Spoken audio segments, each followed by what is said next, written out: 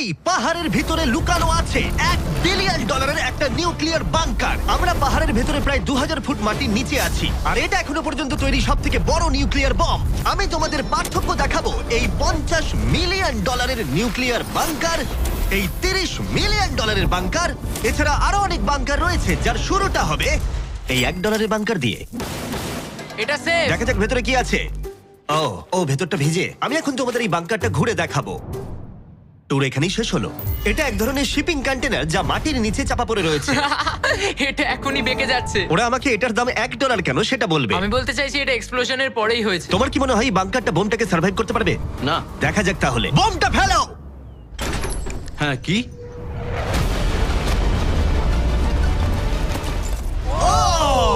এই বাংকারটা পুরো ধ্বংস হয়ে গেল। পরেরটা গিয়ে দেখা যাক। পরেরটা হলো $1 মিলিয়ন বাংকার, যেটা বানানো হয়েছে মিসাইল শুট করবার জন্য এবং মাটির নিচে নিউক্লিয়ার মহাবিপর্যয়ের হাত থেকে বাঁচার জন্য। কিন্তু ভেতরে কি করে যাওয়া যাবে? যাই হোক, অসংখ্য সিঁড়ি দিয়ে নিচে নামবার পরে আর একটা 3175 কেজির দরজা খোলার পরে, এটার ওজন 3175 কেজি, তুমি পৌঁছবে বাংকারের কেন্দ্রে। ও মাই গড, এটা দেখে পুরো স্টার ওয়ার মনে হচ্ছে। এই রুমটা থেকে মিসাইল লঞ্চ করা হয়। এই ফ্যাসিলিটিটা নিউক্লিয়ার অ্যাটাক থেকে বাঁচানোর জন্য তৈরি করা হয়েছে। চাইলে অ্যাটাকও করা যাবে। আমরা যে মেঝেতে দাঁড়িয়ে আছি সেটা আসলে ছাদ থেকে ঝুলন্ত বিশাল প্ল্যাটফর্মের মতো ঝুলছে। এভাবেই বানানো হয়েছে। এই 8খানা স্প্রিংই এই বিল্ডিংটাকে ধরে রেখেছে।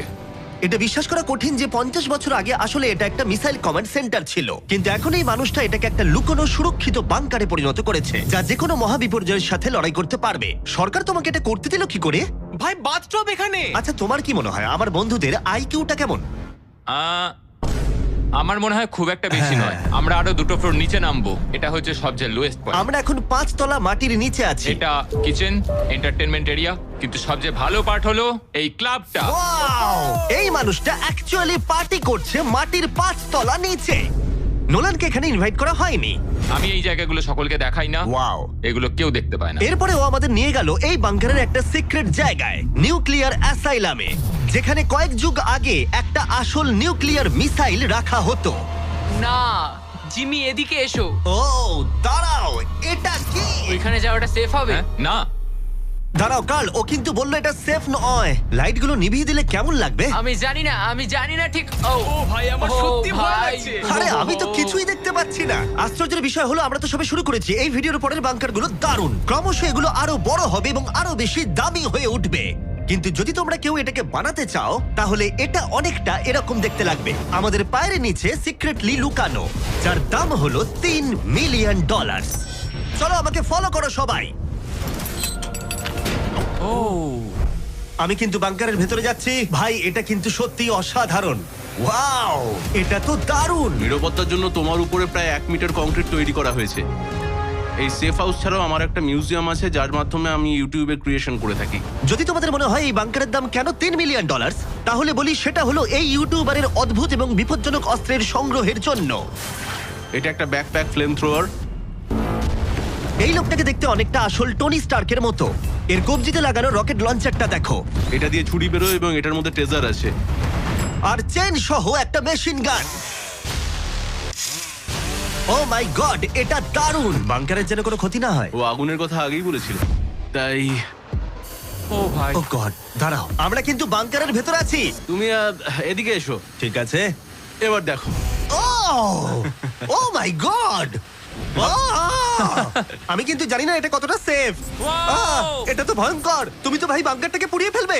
তুমি কি চেষ্টা করবে? হ্যাঁ, ও মাই গড, এটা অসাধারণ। এই মানুষটা সত্যিই দারুণ। এই বাংকারে ডাকাতি করার মতো কিছুই নেই।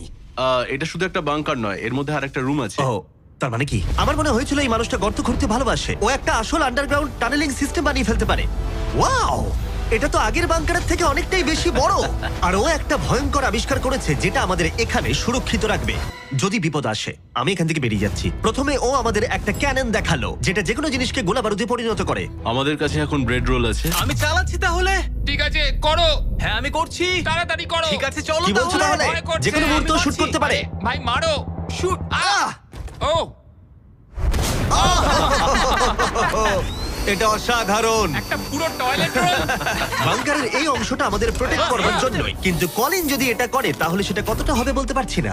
এই বেলটা থেকে ছুরি বেরোয় আমার কাছাকাছি দাঁড়িও না।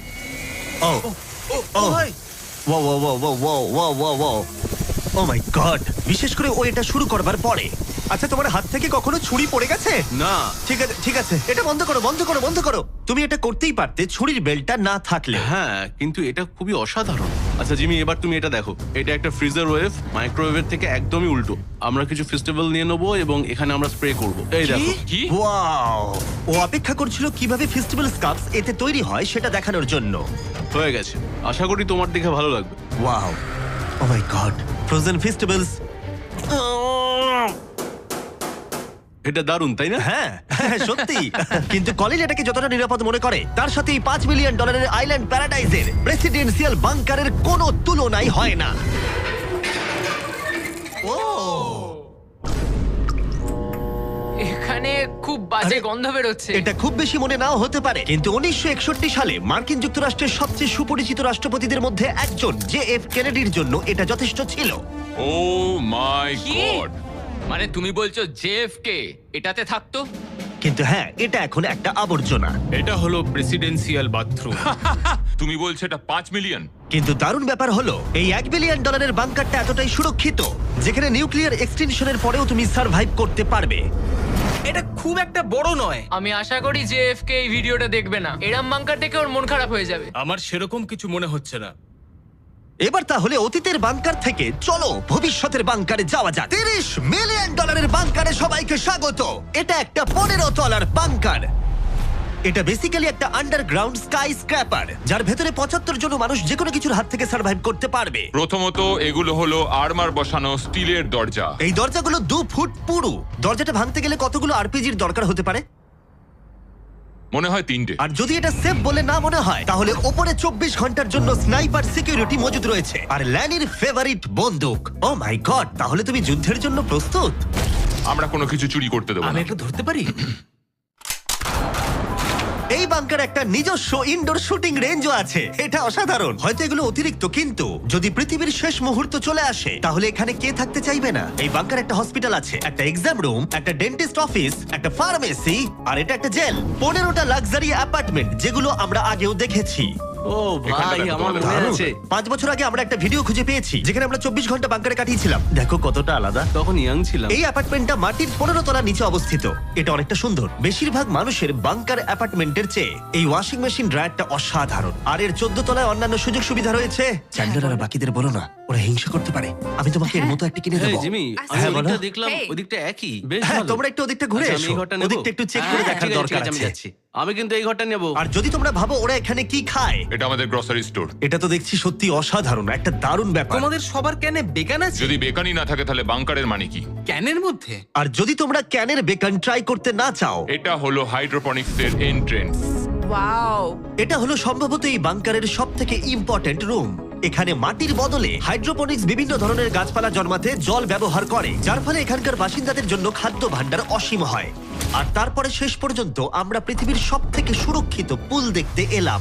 ও মাই গড, সত্যি বলছি, আমাদের ভিজিট করা বাংকারগুলোর মধ্যে এটাই সব থেকে ভালো এখনো পর্যন্ত। এখানে একটা পুল আছে, রয়েছে অসীম খাদ্য ভাণ্ডার, একটা জিম, আর একটা পাথরের প্রাচীর। আমি জানি না এর থেকে ভালো কিছু হয় কিনা, কিন্তু তবুও এর থেকে দামি বাংকার এখনো রয়েছে। চলো একটু গিয়ে দেখা যাক। আর এবার $50 মিলিয়ন বাংকার, যেটা এই সাধারণ বাড়িটার নিচে অবস্থিত, যার চারপাশটাও সাধারণ, কিন্তু মাটির 30 ফুট নিচে গেলে তুমি সব থেকে দামি এবং অদ্ভুত বাংকার খুঁজে পাবে এই পৃথিবী। চলো একটু গিয়ে দেখা যাক। আর এর ভেতরে রয়েছে একটা সাধারণ রুম, কিন্তু লিফট খোলার জন্য একটা গোপন কোড আছে। তিনটা ঝাপসা করো, কারণ এটা দেখালে মুশকিল। ঠিক আছে, 1 2 3, আর এভাবেই লিফটটা খুলে গেল।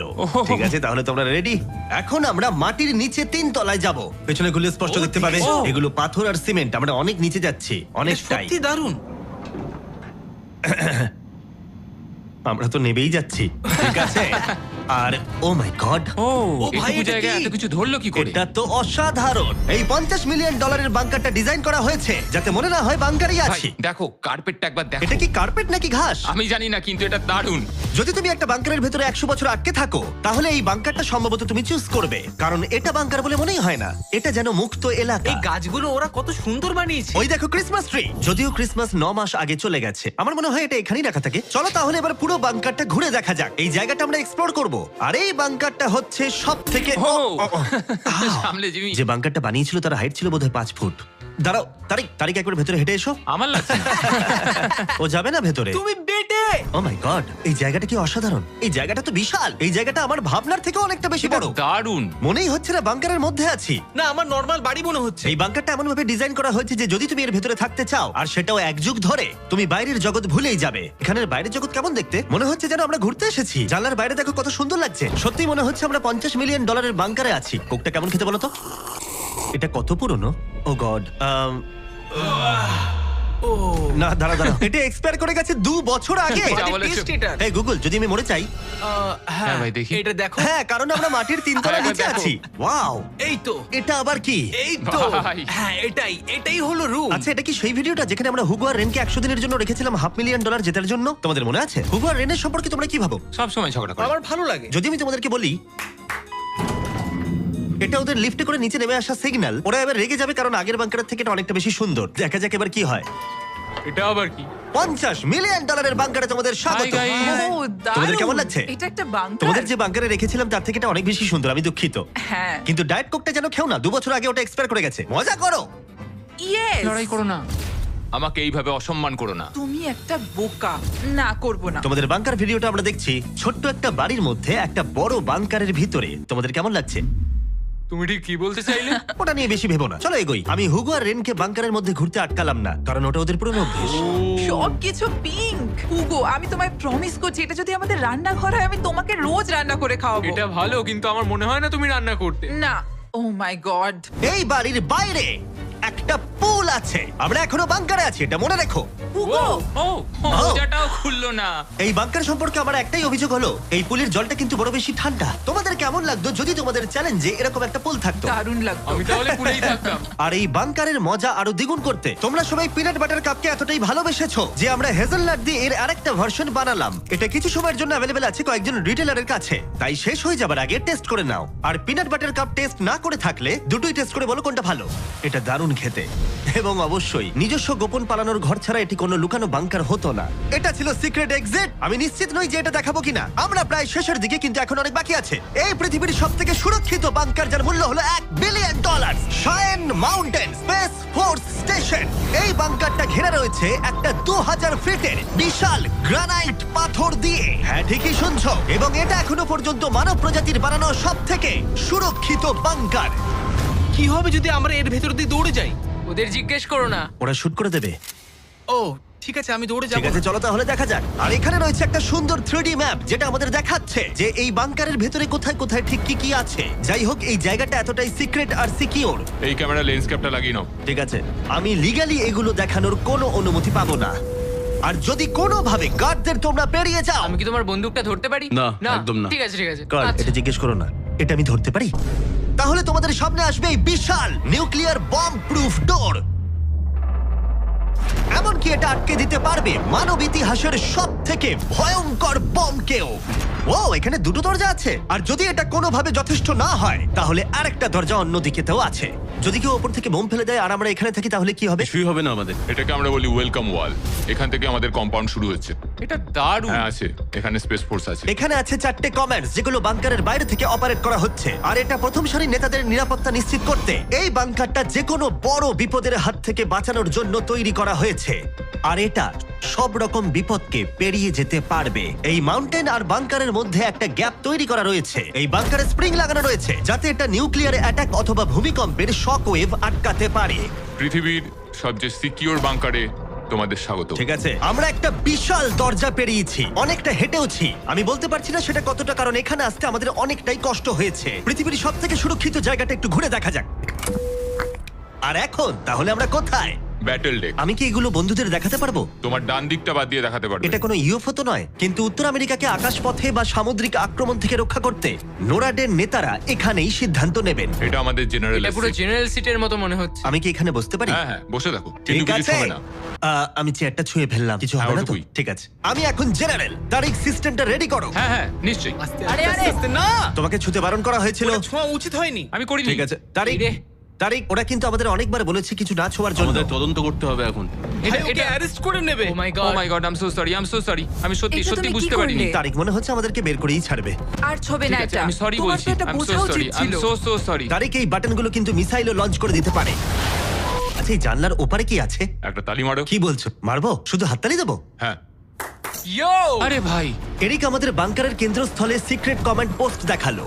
ঠিক আছে, এখন আমরা কোথায়? তোমরা আছো এই জকে, অল্টারনেট জয়েন্ট অপারেশন সেন্টার। আর এটা গোটা উত্তর আমেরিকার আকাশ এবং সমুদ্র পথকে রক্ষা করতে পারে, সেটাও সম্পূর্ণভাবে। এই ফাইটার জেটগুলো কতক্ষণের মধ্যে ওই আননোন এয়ারক্রাফটের কাছে পৌঁছবে বলা যাবে? 5 মিনিটের মধ্যে। আচ্ছা। আমরা একটা বিপজ্জনক এলাকায় ঢুকছি। হ্যাঁ, আমি এবার বুঝতে হ্যাঁ, পেরে একদমই। গেছি। আর যেহেতু ওরা প্রত্যেকটা সম্ভাব্য বিপদের উপরে নজর রাখে, তাই জিজ্ঞেস করলাম কোনো ইউএফও আছে?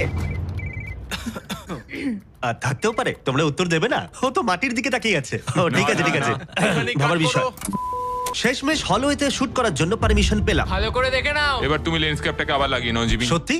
Oh my God, ঠিক আছে, পরের রুমে দেখা হচ্ছে। এখানে কাজ করা লোকের সংখ্যা নির্দিষ্ট করা হলেও আমি বলতে পারি এখানে 100-রও বেশি মানুষ অনেক বছর ধরে একসাথে কাজ করছে।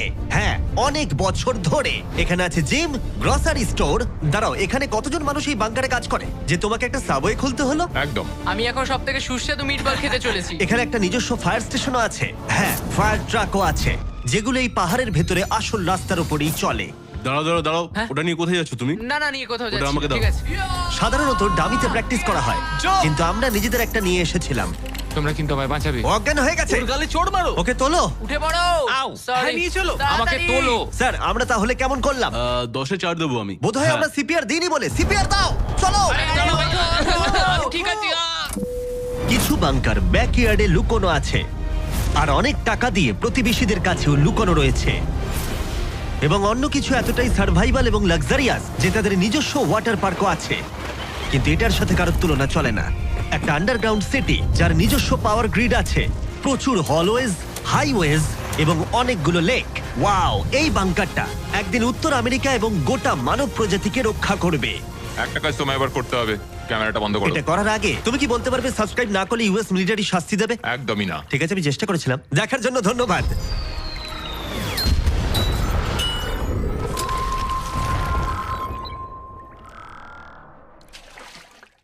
রাকিব, তোর ক্যাম্পাসে যাওয়ার সময় হয়েছে। ওকে। রাকিব, আজকে তোর বাজারের ডে। বাজারও যা। রাকিব, বাড়িতে আগুন লাগছে। ওঠ। রাকিব, পাশের বাসার বারান্দায় সুন্দরী মাইয়া আইছে রে।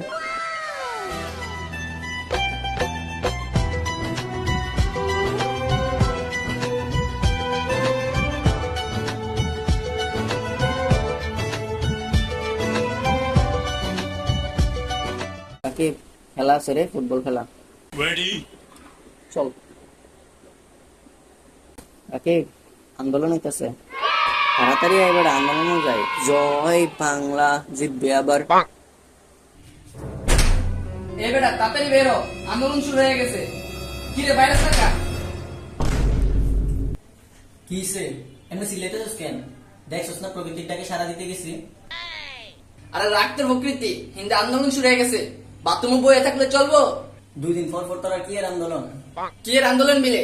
এসএসসি 25 ব্যাচ রাস্তা নেমে গেছে পরীক্ষা থামানোর লিগা। মাঙ্গেন নাকি তুই কি 25 ব্যাচ? আরে 25 ব্যাচ না দেখে কি হইছে? আন্দোলন যামু না, শাহবাগ পুরোটা দল করমু। চল ল। যা, সেনাবাহিনী তোমারে কইরা দিব।